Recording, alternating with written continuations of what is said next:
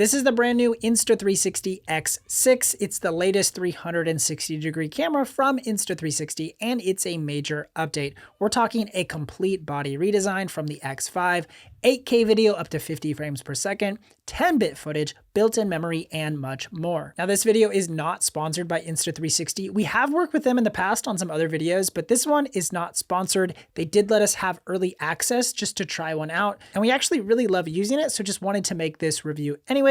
But again, all these thoughts are our own. Now, if you're an existing X5 or X4 user, this is going to feel like a pretty big update all the way around, but I just want to run through my top 5 things that are new with the X6 really quickly. And the first is the size and just build design of the X6. It's a whole lot shorter as you compare these side by side. It's significantly shorter, about an inch shorter in height, but then it's just a tiny bit thicker as well, which I think actually gives you a better handheld shooting experience when you record with the X6. So I'm digging the new design and the size out of the X6, so I think that's a big win. The second thing that's improved is we get some new 8K frame rates. You can see right here on the screen. We can now shoot in 8K at 48 frames and 50 frames per second, versus the X5 can only film up to 30 frames per second in 8K. That higher 8K frame rate is going to be great for people who film action sports and maybe want just some smoother footage, or you just want to slow your footage down in post-production. You can do that now with that higher 50 frames per second shooting. Now, the third big update will be the sensor inside of the X6. We get a new 1/1.1 inch sensor, which is up from the X5. It had a 1/1.28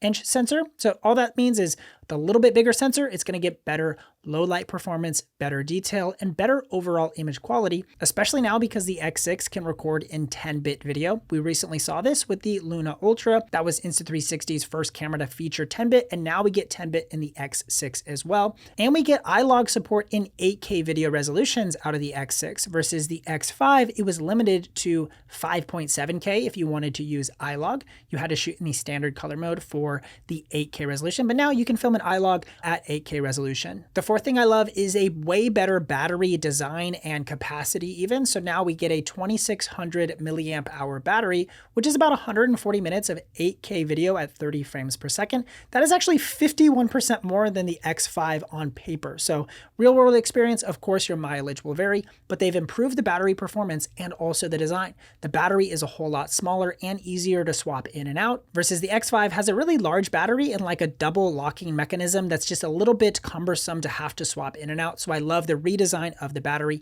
and the better performance. And the fifth big upgrade is we finally have internal storage out of the X6. So you now get 47 gigabytes of internal storage. So you don't have to have a micro SD card inside of the X6 in order to record video. If you forget that, or you just want to use the internal storage, you can totally do that, but the X5 has no internal storage. So those are a lot of the updates with the X6 over the X5, but let's shift gears a little bit and look at some real world footage samples of what this camera can do, because honestly, when I got this thing in the hand, I was shocked at just how good the image quality looks and how fun the experience of even just doing something as simple as vlogging with my family was with the Insta360 X6. Now, for most of the footage that you'll see in this video, I shot in the standard 360-degree mode with the 8K video setting at 24 frames per second, because I'm just somebody, I like traditional frame rates like 24 frames per second. 30 is okay, but I don't really like to shoot in those higher frame rates if I don't have to. If I'm not filming slow motion video, I'd always rather just shoot in the frame rate that I'm delivering the project in, which is usually 24 frames per second. My family took a trip to the Northern California coast to visit the Redwood National Forest area, which just features these beautiful large trees that are like larger than life. If you ever saw Star Wars Episode 6, the Endor scene where they film everything on that like wooded planet was actually shot in Redwood National Forest. So that's the location that a lot of this footage was shot in, and it's just so gorgeous. Now, with that 8K video though, it's important to know that 8K doesn't mean that 8K is being recorded in every single direction. It just means that it's capturing an entire 8K sphere all around you, and then you actually just pick the frame that you want to export a normal 16:9 video clip, and you're only keeping a slice of that sphere when you actually go to export. So the actual resolution of your final clip comes out closer to around 4K, which that's not a flaw, that's just how 360 cameras work. You're not going to actually deliver your final footage in 8K, but you do record in 8K to start. One of my favorite things of filming with 360 cameras by far is the ability to pull multiple angles and compositions from one unique shot. What's cool is like this shot right here is just one video clip.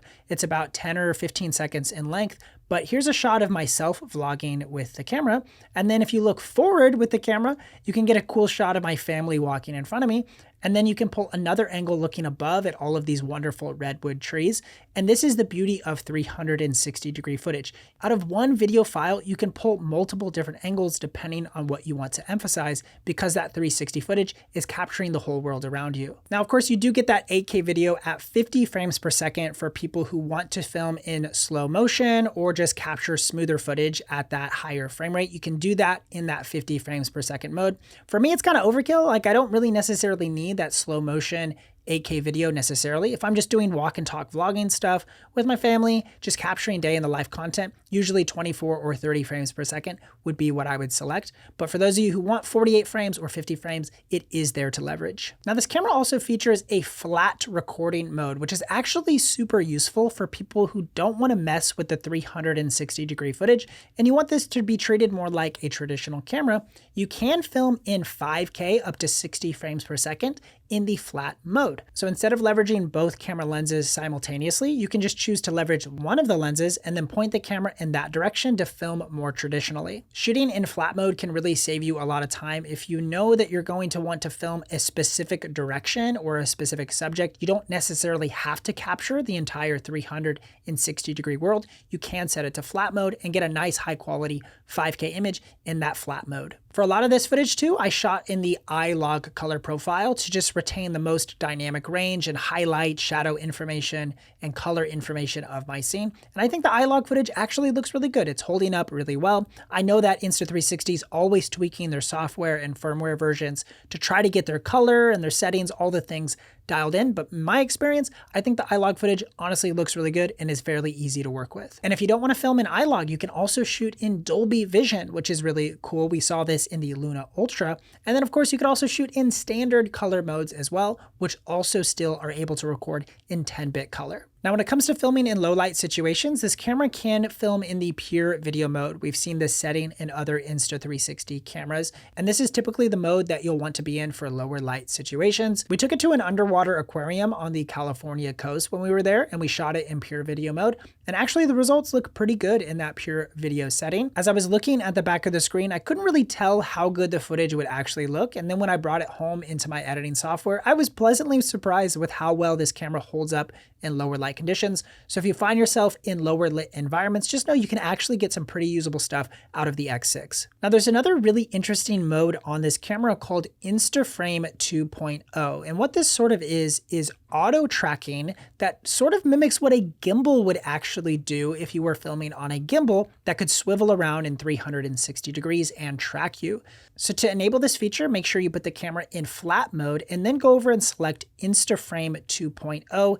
And now all you have to do is double tap the screen, and then a nice little green box will appear around the subject that you're going to start tracking. And as your subject moves around the frame, the software will automatically follow you around to stitch the video together as needed. So you don't have to do this in post-production. This is great if you're filming yourself for vlogs and you don't want to spend a bunch of time reframing things in their post-production software after the fact. It will just automatically track you with this InstaFrame mode. And with this setting, there's actually a virtual gimbal setting that you can adjust. You can change it so it locks the roll and tilt axis, or just the roll axis that it will lock, or you can set it to FPV mode and the camera can move a little bit more freely. And in this mode, you can actually record a backup 360-degree video file because the camera is recording with both lenses already. You can actually save a backup 6K or 8K video file in addition to your flat InstaFrame as well. So to me, this InstaFrame mode is one of the best features of this whole camera, especially for creators and vloggers who don't want to spend time keyframing 360-degree footage. You can just set it to InstaFrame mode and it's going to automatically track you. Here's just a little test with the internal microphone so you can see how it sounds on the X6. What's nice about this camera too is, of course, it's able to pair with Insta360's proprietary microphones like the Mic Air or the Mic Pro. And that Mic Pro has, of course, 32-bit float internal recording, so you have backup, high-quality audio that's not really ever going to clip. So some great audio options, and even the internal microphone sounds pretty decent. I'm over here kind of by the river, and it's a little bit windy outside, but the audio still sounds pretty good out of the X6. Now, when it comes time to edit your 360-degree footage, it is a little bit different than editing traditional flat, just like 4K video or 8K video, because you're recording everything around your environment. So you have to go in and tell the software where you want to position your camera. So how you do this is inside the Insta360 Studio software. Now, you can actually do this from the app as well from your smartphone, but I like doing this inside of the computer. It's just a little bit more user-friendly in my opinion. So this is what the software looks like. And as you can see, here's a little shot of my wife and I in the car together. We're driving. She threw this out the window. So you can see all around us. This is super cool. But what's interesting is you can actually go in and set keyframes for where you want your camera to be positioned. So let's say we're driving down the road right here, and I wanted to start this clip right here positioned facing forward. So what I can do is click this little keyframe button. And now I'm going to add a keyframe to that section. And if I scroll forward in time, maybe I want to change the orientation to see those trees, to add a nice little smooth like pan up as we drive forward. So what I'll do is add another keyframe to this section, and then I will pan the camera literally physically up to this direction. And now we can see those trees. And if we play that motion back, we can see what that looks like. So the camera's positioned forward, it hits that keyframe section, and now a camera move starts panning up to reveal those trees that are nice and tall. Now, normally with a standard camera, you would actually have to perform that actual operation. But right here, my wife is actually just holding the camera in a perfectly still position, and we're able to keyframe to get that kind of camera move. Now, inside the app is also where you can change some of your angle of view settings. So if you wanted like the ultimate mega wide view, you could select mega there, or you could even do like the tiny planet view where it sort of stitches everything together, which is kind of fun. There's also ultra, which is a little bit more natural view. There's dewarp, and then there's also linear. So linear is great for getting like the most standard field of view. If you don't want a bunch of distortion in your image, if you're vlogging, you want yourself and your background to kind of look normal, you can choose linear, and you can keyframe all of this and actually change the distortion with keyframes as well. But this is where you would adjust some of those settings to get your preferred distortion level. This is also where you can change your aspect ratio. Right here, you can see the 16:9 standard widescreen aspect ratio. You could also go like 2:35:1 if you wanted that cinematic black bar kind of look. Or if you were shooting for social media, you could choose 9:16 and then instantly export the correct frame size for whatever your deliverable might be. Now, when you're ready to bring these individual clips into some different editing software like Resolve or Premiere, if that's where you're going to edit, what you would do is click the export button, and then you're going to render out these files as just more normal looking footage that's not 360 degrees. So what you would do is use some of these basic export settings, like resolution is fine being 4K, because we're not going to actually export the entire 8K orbital 360 footage. We want just a portion of that frame. So we would export 4K resolution. Typically you would want 10-bit, so select 10-bit there, and your bit rate 50 megabits per second I think is totally fine. So these are some basic export settings for these types of clips. Now, of course, no product is perfect, and a couple improvements I would like to see out of the X6, even just with some firmware support, would be first, if you're filming in the flat video mode, you can only film in 5K video at 25, 30, 50, and 60 frames per second. So there's no 24 frames per second if you're filming in the flat video mode. I really don't understand why this is the case, because if you switch over to the InstaFrame mode, you now have access to 24 frames per second in 4K, but in the flat mode, not even at 4K, you have access to 24 frames per second. I don't know why this is the case, and I would really like them to add 24 frames per second support, because that's what I would shoot all of my vlogs in. If I don't need 360 footage, I could just shoot in the flat mode, but I don't want to do that if I can't shoot in 24 frames per second. So that's a pretty big frustration. I'd also love to see more internal memory capacity out of the X6, even if they gave us some like different versions of the camera. Maybe there's like a X6S version that has more internal storage, maybe 128 gigs, which is what the Osmo 360 has. 47 gigabytes is great if you're filming for just a day, but if you start filming multiple sessions, you're really gonna have to start formatting that internal memory, or you guarantee yourself having to add a micro SD card, which has increased the cost as well of your overall camera package. So hopefully the next iteration of this camera, if it's an X7, or they give us even an updated version like an X6S with more internal memory, I think that would be a big win for creators. So who should buy buy the Insta360 X6, I think pretty obviously anybody doing action sports, travel creators doing travel content. For years, 360 cameras have been a great fit for those kinds of creators, but I even think now YouTubers, vloggers, content creators can use a camera like this in a very traditional way that they would use another pocket style action camera like the Pocket 3 or the Insta360 Luna Ultra.